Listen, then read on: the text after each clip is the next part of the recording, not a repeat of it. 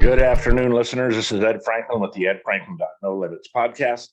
This is my second attempt at a live podcast. I did one last week and I felt like I was a little, I'd never done one before. So I started off, I got a little bit confused with some things, had my sound on, I was getting feedback and all kinds of things. But I'm ready to go today and have a really interesting conversation with you all.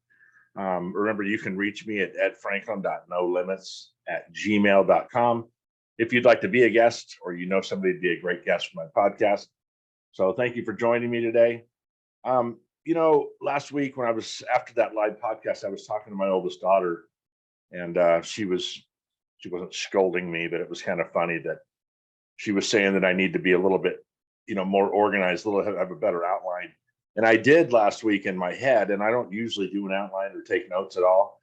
But when I got kind of confused, it kind of mixed me up when I started off. So it was a little, felt like I wasn't very sharp at the time, but that's okay because we're here now and we're ready to go. So today's topic is about addiction. So not the kind of addiction that you hear mostly about where it's an addict that has overcome an addiction. And I'm very proud of when people can do that. I know it's not easy. It's very difficult, actually. So, but I'm going to come from a different point of view. I'm going to come from a person that living outside addiction, which is, I've had, unfortunately, been involved with a lot of people that are either addicted to drugs or addicted to alcohol. I'm not sure what the difference is. I know that alcohol is much easier to get. And I probably, thought I might struggle with that myself. I don't think I do, but of course, every alcoholic or addict says that they don't think they have a problem. But mine goes way back. So I am the grandson of an alcoholic, a son of an alcoholic, an ex-wife of an ex-husband of an alcoholic, and a father of an addict. So I've kind of had my fill and my share. And of course, I've had friends that have lost their lives because of this poison that people put into their bodies. And let me tell you, this is not about me trying to fix anybody or telling you that I know the reason they do it. Because I don't. Because I know so many people that don't do it, that don't have a problem, and have had just as many hard times in their life or whatever. So let me start. When I was a kid, I used to hear a lot about my grandmother being an alcoholic, and it's my mom's mom. And I remember my grandmother fondly. She had lived with us at certain times, and there's no doubt she struggled with some kind of mental issue. She had been in the hospital. It's funny, I was kind of explaining this to my grandson, and he says, was she in one of those hospitals like on the Pet Detective movie? With Jim Carrey? And I said, well, yeah, kind of. I mean, I used to go visit her with my mom at these places, and they were, there was a lot of people that were suffering from mental illness that were there. And, as a little kid, it was scary going there because they, you just had these people that were, kind of out of their mind. And it was very scary as a young child to see this. And, I would talk to my mom, and she would tell me about, instances she had when her mother was drinking when she was younger, and that she was very upset about that. And it meant a lot to her, or not meant a lot to her, but it affected her a lot, say it that way. And my mother was not a drinker at all, maybe a teetotaler. I guess she'd have a drink a year or two, kind of like my wife, Kit.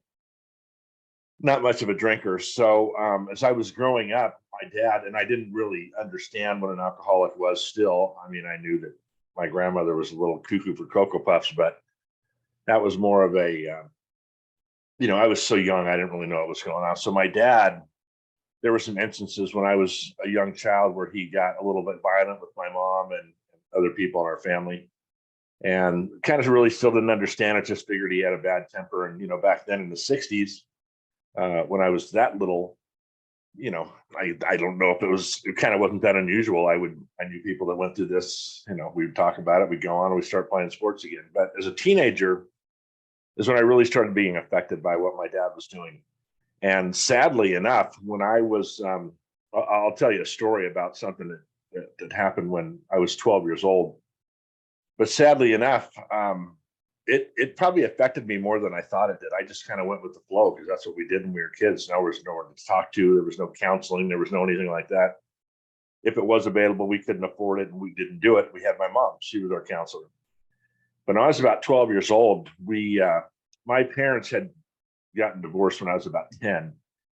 And so by some force of nature, they decided they wanted to buy a house. And back in the 70s, you really couldn't buy a house unless you were married, or if you were single and you had a ton of money. And they did not have a ton of money. So we had a house in San Diego that they sold, and we bought a house in Poway, which is the house that we just moved from 2 years ago after the remodels and all that. My dad had to come up and sign some papers in Poway, and ironically, the realtor that we had lived 2 doors up from the house we purchased. And my dad had to go sign some papers. So we get to this guy's house, and he had a beautiful home, 2-story, and I'd never seen anything like this really with a pool. I didn't have friends that lived in houses like this. And they start drinking, me not paying attention. I'm just kind of listening to their conversation or whatever. And by the time we go home, it's starting to get a little bit late. It's October 3rd, 1974. And there's a bunch of reasons why I remember that date. But so we get in the car, we start driving home, and we're going down the freeway. And if you're going down to 163 and you're going to get on the 805, there's a big sweeping left-hand ramp that kind of goes off. And my dad was so drunk, he was starting to fall asleep while we were driving. I kept waking him up by asking him questions or whatever. And I could tell he was falling asleep, and we're all over the road. Can't believe he didn't get stopped.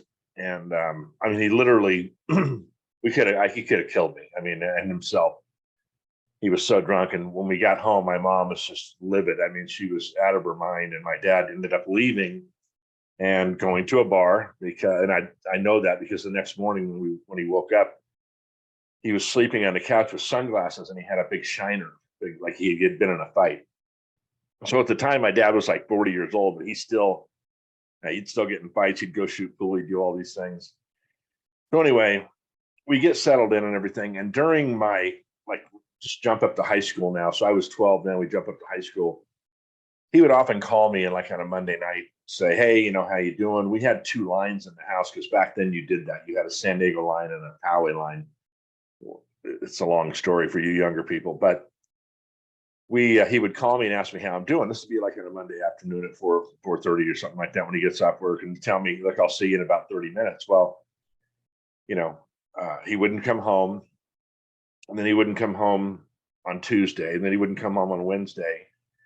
And there are these evenings where I'm laying in bed wanting him to come home because he had been in a lot of accidents from drinking, and back then you get in an accident, you pay a couple $100, you get a what they used to call a 502. It's a DUI now, and so I am as a teenager trying to, do good in school and things and play sports and all this. And here I am staying up till 2, 3 in the morning till my dad gets home. So I know he's safe. And, looking back, this is like child abuse at its best, right? My mom was home, of course, but I didn't want to bother my mom. She worked, she did all these things. And so there was a lot of different instances where my dad was just plowed. He couldn't drink very much. My mom used to joke and call him 3 beers Gary because he just couldn't drink. He couldn't handle his alcohol. And I guess, looking back, it was pretty tough. Thank God for my mom because she was sharp and, kind of was able to hold the house together. And I've talked about that before in different podcasts. But yeah, he'd have they'd have their friends over, and my dad and his friends would be, swimming in a pool, and he'd do a barbecue and all that. And, by the time 6 o'clock came around in the summer, my dad would be passed out on the couch. His friends would be gone, of course. And he had this one friend that I remember really well. His name was Ken Ferguson. And I told my mom, I said, I never noticed that Ken never, Fergie, we called him, never gets drunk. He says, she says, well, it's funny you said that because the reality is you've never seen him sober. The only time you see him is when he's drunk. And he's able to maintain much better than your father and drive and ride a motorcycle and all these things. And that's just amazing to me looking back that I had to live through this. So this was really my first kind of initial, you know, my first time I was around people that drank, that drank so heavily. Um, moving forward, I'd never had a drink until I was 20 and a half, and I didn't do drugs when I was a kid. The big drug in Poway for the kids that had a little bit of money was cocaine. We didn't have any money, so I wasn't going to spend money on drugs. I went golfing one time with some friends, and we took some beers with us, and we had beers in our ball holder on our bags, and we were drinking, as we were golfing. And nobody was drunk. We maybe had a buzz or something while we were there. And we came back to this guy's house after golfing, and this guy starts cutting up a bunch of coke. He's starting to cut up lines of coke, and I didn't know nothing about this. I've never been around that in my life. And they came to me, and I'm like, nope, I don't do that stuff. I'm not touching any of that. And I think there was maybe 10 guys there plus me, and I think I was the only one who didn't do it. And they all took a $1 bill, rolled it up, and snorted this coke off of the table. They all gave the guy money, and then they snorted some coke off the table. And strange, they all stood around in a circle for about the next 35, 40 minutes and just talked a million miles an hour. I mean, I don't even remember what they were talking about, but it was just people talking over each other. And I'm looking at all these guys going, what's wrong with you? Is this all this drug does to you? Is kind of, makes you talk too fast. So my first experience, so I just was not somebody that, used drugs when I was a kid. I dabbled a little bit with pot, but it was such bad weed, it's not like the stuff you can get today, but this was never really around it. So as I was, getting older, I worked in the grocery business when I went to work when I was 16 in the grocery business, and ended up graduating a year early and working night crew. And so we'd work like 10 in the morning, 10 at night till 6:30 in the morning, or midnight to 8:30, or whatever the hours were. They were all overnight. It's back when grocery stores used to close relatively early. And several of the guys that I worked with would take stuff. They'd take speed. They'd take all kinds of things to stay awake. I just was in good shape. I was young. Some of these guys were in their 30s. I was, like I said, 18, 19, 20 years old. And I didn't have any problem staying awake. Plus, I did this thing I used to call it sleep. So I would go home after work and sleep for a while. And so I wouldn't have this issue with staying awake. But it was interesting to watch these guys, because you could see their mood change and things like that. And I think some of the guys continued to do it after they had left, and other guys kind of grew out of it or whatever. But really interesting. So, like I said, we never talk about the effects, an alcoholic or an addict have on their families and all these things around it, because I think people are embarrassed to talk about it. I'm actually a little bit embarrassed to talk about it. I said in my last podcast that us parents always want to blame ourselves for what our kids are doing. If it's not good, if it's good stuff, we put it on them, right? That's what we do. If they go to school and they pay for their school and they do all these things, that's on them. And they did a good job at doing that. We don't take credit for that normally. But when your kids do something that, is bad, you kind of, you think you take responsibility for it. What could I have done different so they wouldn't be doing this? The reality is, when they turn 18, 19, 20 years old, they're either out of the house, maybe they're not out of the house yet. They're getting exposed to things you have no control over, and they're going to do what they want to do. They don't ask me permission to do something wrong. They don't ask me for permission to do anything. They're 18, they're adults, they can do what they want. We have, so when I got, and I want to be, when I do a podcast like this, it's always, I want to be sensitive to the people I'm talking about, because I don't want to call them out. I don't want to, there's no ulterior motive here. It's just I kind of feel like some of you may have gone through this in your life, and I'm just sharing my thoughts on it. And maybe you have the same thoughts, and maybe at some point you want to talk about it. You can always email me. You can messenger me. You can text me if you have my number. There's so much. It affects you so much when you're that person on the outside, and it affects a lot of people. This doesn't affect me. It affects it affects my wife and grandkids, kids, and it affects a lot of people around in the area. So especially when your kids are using. My ex-wife, um, I kind of really didn't understand she had a problem until later, until after we weren't married anymore, and probably because I was drinking at the time too, and we would go out and we would, have people over and play darts and stuff like that, and I did not have a problem. I could function at any level that I had to. Sometimes I didn't drink because I needed to get up early, travel, or whatever I was doing. So I never really paid attention to it. She had her own set of issues after we were married, and I'm not going to talk to those because those are kind of her business. But I can tell you that I think, if you have parents that are alcoholics or drug addicts, I think your odds of having those problems go up, right? If your parents if you witnessed this firsthand, or things were disappointing to you or whatever, I think that, your odds go up to have some problems. So let me get to my kids. So two of my kids have used substances, and to a point where it was life-threatening. It's dangerous. It was disheartening to me. It's very sad. It's very hard to watch your children go through this. I have friends that have lost their children because of drugs. I have friends that have lost their life because of drugs. When I often bring up a tragedy that happened 3 years ago, and it was when two people that I know lost their life, and it was all related to drugs. And looking back 10 years ago, I didn't have any of these issues. I mean, I did with my daughter, but it seems so prevalent now. And I just lost another friend last year. That was a friend of mine from the gym, from fentanyl. And this fentanyl is just coming into America like in truckloads right now. And it's just so sad. But I can tell you, as a parent, I've watched, I've had things stolen from me. I've been lied to. I've been had my car stolen. I've had, property stolen. I've stayed up all night trying to help my kids get over their issue. I've been happy that they've made some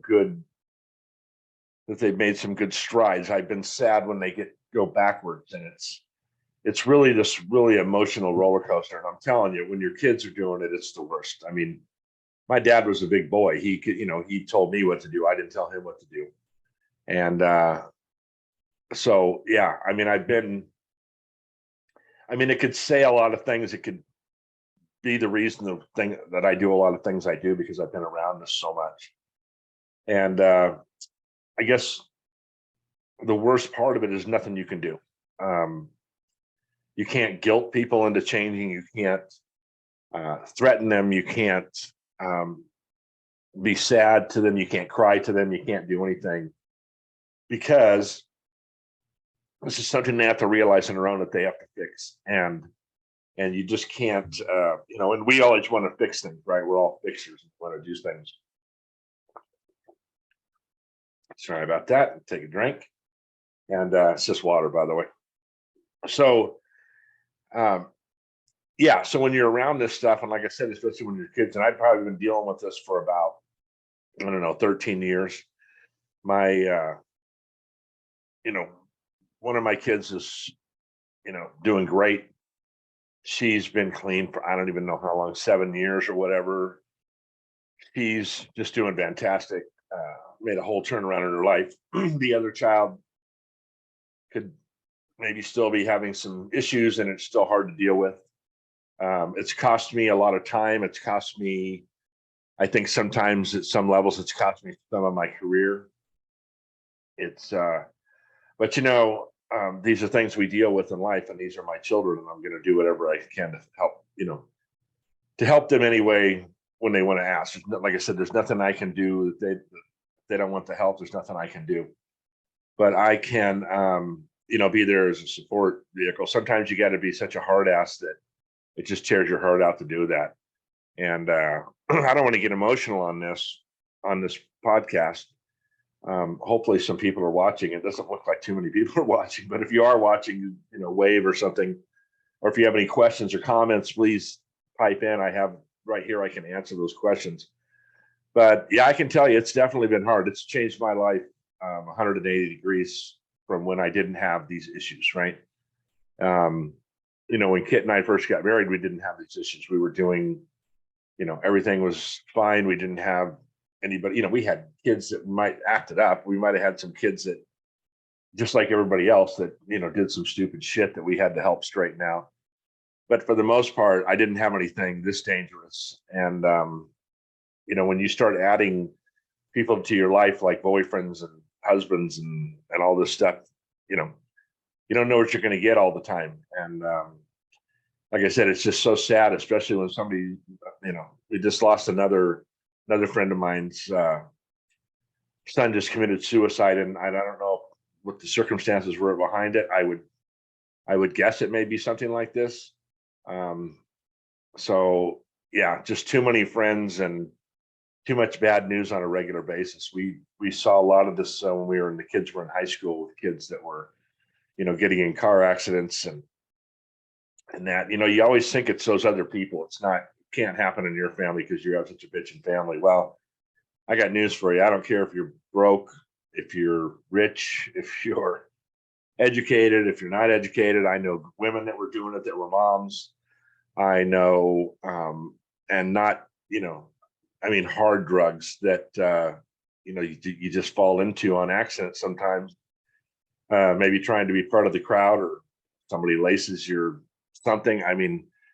It's crazy. The drug uptick, especially since COVID, I think even way before that.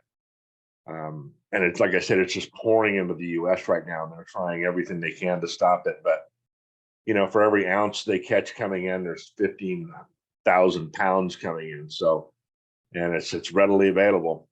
I never understood why we treated alcohol and drugs so different. It just seems like drugs are so dirty and alcohol's, so acceptable. I just was talking to a guy a week ago, and he says, yeah, we get together all the time. Maybe we can get together for a beer. It's always something, based around alcohol. And I see people on Facebook doing it, and I know it's a joke, and I make the same jokes myself, but it just always seems like we base everything, our meetings, our lives around, the entertainment has to include alcohol, or we can't have a good time. Like I said, that's kind of a really broad statement. And for most of you, it's not even true. It's just you just see that all the time. We see, politicians and athletes having problems with drugs and alcohol, and you think they have these perfect lives, and here they are throwing their lives away and killing themselves with these poisons. So, man, it's one of those things where you wish you had a solution for, and we don't. It's just, like I said, it's pouring into America like it's going out of style, and it's a worldwide problem. It's not just us here. But God, I feel for you parents if you're listening to this and you had to deal with a kid that's an addict. I know what you're going through. God forbid something ever happens to one of my kids that's, well, God forbid anything happens with my kids, period, but it's drug related or something like that. And I can tell you, when you have kids that are addicts, you stay up at night hoping that you're not going to get that phone call. When if that phone does ring, it sends a shiver up your back, like you can't believe it. But this is kind of the price of having kids, I guess. It's one of those things you don't think about when you're having kids, of course, because they're so cute and little and defenseless. And when they grow up, they can, they can get themselves in a dangerous situation. And it's very, very scary. And I've lost a lot of sleep over this over the last 15 years. And I hope I don't lose so much sleep over the next 15, because, I have grandkids now that, we're doing everything we can to educate them about this and keep them in good neighborhoods and keep them. Well, it's funny. I just said a stupid statement to keep them in good neighborhoods, because I know plenty of kids and plenty of my friends that were in good jobs, good neighborhoods, good around the supposed right people, and they're no longer with us. So, the older you get, people start dying. And the unfortunate part of it is it's not just, 80-year-olds. it's 19-year-olds and 30-year-olds and 35-year-olds that are dying from either the drug itself or from a car accident or a related issue. And it's just so difficult. And like I said, I mean, I'm not intending this podcast to just be about me whining about it. It's just something you really need to look out for. And it's something that I guarantee you, every one of you listening in here and everyone that will listen to this podcast afterward has had some contact with or is related to or is parenting a person that's using narcotics or alcohol in a bad way. And I just pray to God that nothing happens to your kids or your family members and things, and they can get over this terrible thing. You know, I've been involved with rehabs. I've talked to counselors. I've talked to, I've been to, you know, I've talked to some of these people that are recovering or that have recovered, or I don't know if you ever recover from this, and it's just the same old story. There's nothing you can do to change people. They got to change it on their own. And it's just a real sad commentary on our youth that this stuff is so available to them. One of my daughters told me one time, she says, I could drive down the street with you and tell you who I could get drugs from. I don't know what to look for, but she, you know, she could do that. She could say, look, I can go get them anytime I need them. You'd be surprised where I can get them. And then of course, alcohol is so readily available. I can walk to the store right now and get alcohol. I mean, I can go anywhere and get alcohol. I can go to a restaurant. I can go, you know, anywhere. I think maybe one of the saddest things too is that some of my friends that are alcoholics that I know just from being around so many alcoholics in my life, I know they're having a problem. Now you can't just walk up and say anything to them. They're not that good of friends, but yeah, I can pick them out. I can watch people and say, look, I've been around alcoholics enough. I can tell you things they say, like something I just said that I'm not an addict or I'm not an alcoholic. I mean, I guess you really don't know, do you? I mean, I can stop drinking. I've proven that. I've done it. I'm doing it again just so I can get in shape for my birthday. I don't have that personality that it sticks to. But and I guess thinking of personality, I know when people ask me about my dad, if I'm telling a story about my dad, I can say, you know, when he was drinking, and my mom and I used to talk about this, he was a completely different person. I mean, not even, I mean, he was mean. He wasn't, it wasn't that he wasn't coherent. He just had a whole different personality. My kids are the same way. And it's funny. I've said to my kids, hey, you know, like, don't come to my house high. Like I've said that a long time ago. And my daughter's like, I'm not. And I'm like, no, you are. You think you don't know what I can see. And I can tell when the way my daughter walked. I can tell the way she talks. I can tell the way she moves her hands, the way she does things, that immediately I know that she's using something. And it's so hard on me to watch this. And I know it's hard on Kit. It's hard on the rest of the family. It's hard on the grandkids, especially the ones old enough to understand. And God, I hope they find their way, because it's very difficult to watch. And you know, and I'm proud of all my kids, no matter, you know, if they've done it doesn't matter if they've done some things they shouldn't have been doing. I just want them healthy. I want them smart. They're all smart. I want them to use their brains. I said that smart thing. One of the things about my dad, he was, if I've ever met like a legitimate genius, that was my dad. He was so smart and so talented, good athlete, good.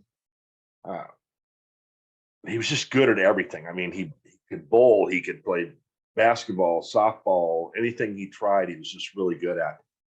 I just don't think he could shut his brain off. And I think this is what he tried to do, is manage his life with alcohol. And alcohol got the best of him. Now, my dad passed away at 43. 46. He was not, I guess theoretically, he didn't die from alcohol or smoking or anything like that. He did work with asbestos a lot in the 60s. I think that's what he died of. But the alcohol broke his body down, I think, and and everything else he was doing broke his body down, and he probably couldn't fight off things very well. Plus, we weren't at the medicine level we are, when this happened to him, that we are these days. But so my point to that is that some of my kids inherited that brain speed, right? They're wicked geniuses in some way, and sometimes I don't think they can shut their brain off. So this is a way for them to try to manage that or relax. I was just listening to something before I came up here to my office, was Jordan Peterson talking about alcohol on the Joe Rogan show, about how the reason people use it and the reason why it's good to use it in that way. And of course, it's like anything, too much of anything isn't good for you. And something else I wanted to bring up that I had in my notes here, I'm talking about drugs and alcohol.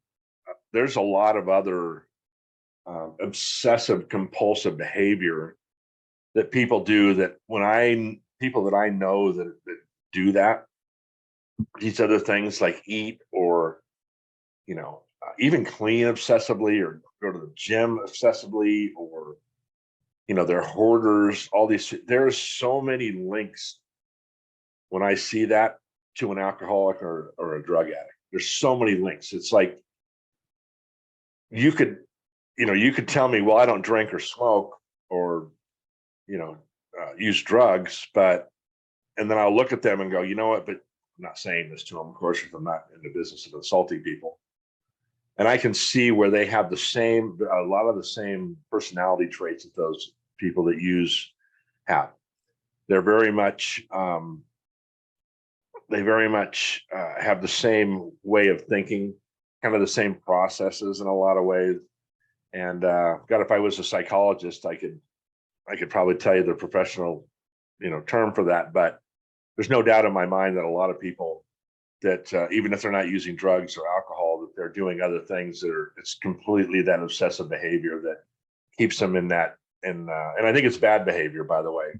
I think even being obsessive, going to the gym 4, 5, 6 hours a day, I think that can be, that's just an obsessive thing. And it's not that working out's not good for you, but I think it goes past that. I think it goes past where you're this, obsessive. I have been putting together this house for the last 6 weeks because we just moved in. And I mean, there's times where I'll lay in bed because I remember I didn't fix something in the garage that needs to be straightened out. And, I've gotten up at 3 a.m. and went out and straightened that thing out. So, I mean, that's no better than the other thing. It's just that me straightening that box out or turning the box the right way so the letters are facing out, or getting books in a row that's correct, or, that those things just won't kill me, but these other things, can.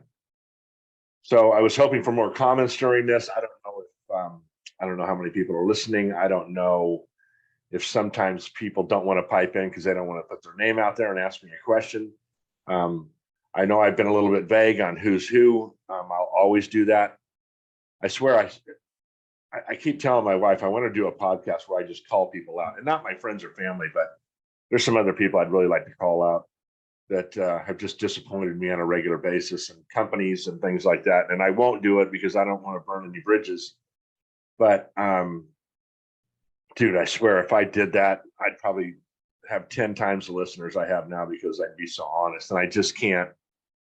I just won't do it. I'm just not going to, even if I don't like the person, I'm not going to embarrass them publicly. I'm not going to call them out and say some things because then people just make up shit about you. So listen, if you ever have a question of whether I did something, just ask me. I'll tell you.